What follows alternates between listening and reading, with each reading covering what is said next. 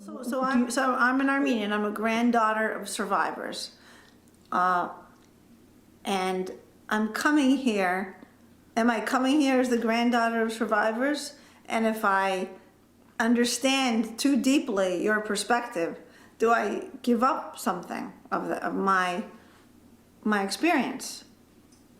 Because I didn't personally, I'm trying to hold on to their experience and honor it. But there's a problem on the table. It's an ongoing problem of lack of recognition, and the communities, the Armenian community not grappling with it, and the two nations not grappling.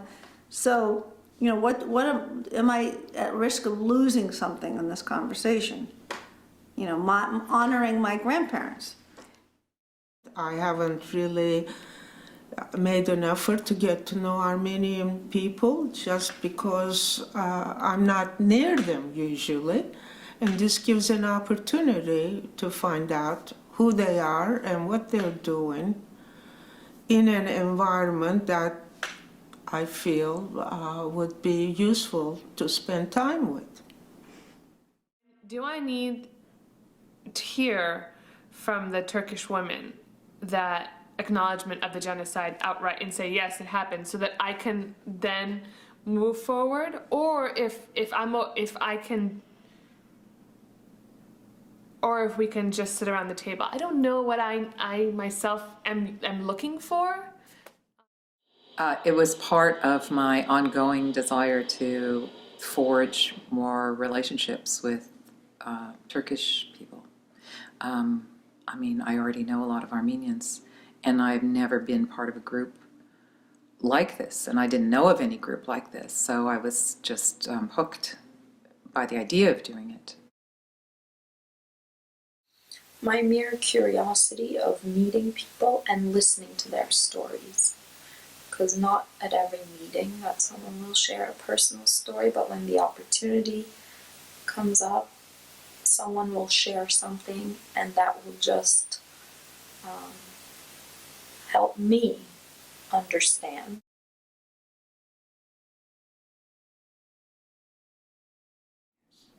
I was just wearing a name tag. A young woman came, saw my tag and said, "What kind of a name is that?" I said, "Turkish." So that opened the floodgates. And I said, "Hold it. Why are you attacking me for something that happened so many years ago? I wasn't even around." He said, "Look at the Jews. They make sure that Holocaust is never forgotten. Why should Armenians not do the same?" This is the first time I heard it from her, a young Armenian woman. I went to Merrimack College, and I played volleyball. One of the basketball players was a Turkish boy from Turkey. So I didn't really talk to him, but I emailed him, and I was like, "Oh, hi, I'm Armenian," and his response, he just had this awful response, and I thought, okay, I guess I don't need to. It basically was like, "Oh, this Turkish Armenian question is all propaganda," and I was like, "Oh, I just was okay." I just was saying hi, but okay. My own father fought in the First World War, and he switched from the Ottoman army to the Republic Army and fought at two fronts during the Independence War. And I have his medal in my Istanbul apartment. So, but he never spoke about it. It was like, I wish, with my so-called progressive mind, I wish I could talk to him now. But as I was growing up, these were never discussed. What he fought or why he fought. I know I got into a conversation long ago, like when I was in college, where somebody I was talking to said that the genocide didn't happen. And I don't know who would have said that other than a Turkish person. Maybe somebody else would have, but I mean, I'm guessing it might have been someone who was Turkish. And I remember being in this very fraught situation with that person. It's happening to me right now as I'm recalling it. Something happened the minute he said, it was a man, the minute he said that, I felt my palms tingling, and I looked down and my palms had broken out in beads of sweat, a thing that has never happened to me before or since. So a friend of mine asked me, why are you so focused on this one? And I said, my response was, this was on such a big scale. The crimes that have been committed and the suffering that Armenians experienced was at such an outrageous level that it also takes us back to that time in history right before the founding of the Republic, that if we could deal with this, we will be able to also, I think, deal with other human rights violations in Turkey, because I see these things as interrelated, as connected.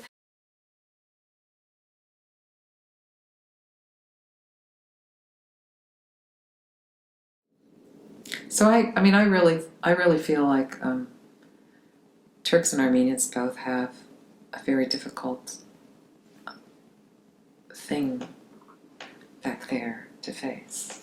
That we all have it, and I mean that's part of our bond in a way. We all have it. We look at it from different angles, but we all have it. If an individual has an injustice in their life, whether as a victim or a perpetrator, or, you know, partly both, or, you know, first of all, they're, in order to move on from it and not have that experience own their life and their future and dictate all the decisions it makes going forward, it has to unpack and shed light on that experience. So otherwise, that experience is a, you know, it's like putting a rug over it, but it's still this mountain in the middle of the room with a rug over it. How you view history and how you take stance against what has happened creates a certain culture that's contagious. I think the fact that we've had this culture of violence and then silence, of not speaking about it, has been contagious. That's why I think torture was so widespread in Turkey, and we can say it still is today. I think we need to change this culture of silence, the culture of shame, and I think we need to start speaking up about what has happened. So that's why I believe the Armenian genocide is a good place to start. And as I think about where my family came from, and there is this like identity of the Turks, and I want to get beyond the anger and the hatred and get beyond it. However, I do carry that, you know, that legacy, and my communities, Armenian American communities, you know, fight, I guess, for justice. And so I struggle, it's a struggle for me. And internally I struggle to, okay, how can we move forward? You know, as Armenian Americans in the US, how can I help my community move forward? And so I carry that on my shoulders. So I would be dishonest without mentioning that. I'm not saying create an amnesia and forget it, but accept it. I mean, sure, the government is in denial, but as people, we can accept and move forward. But then we have to go beyond our own circle, find ways of how can we do it.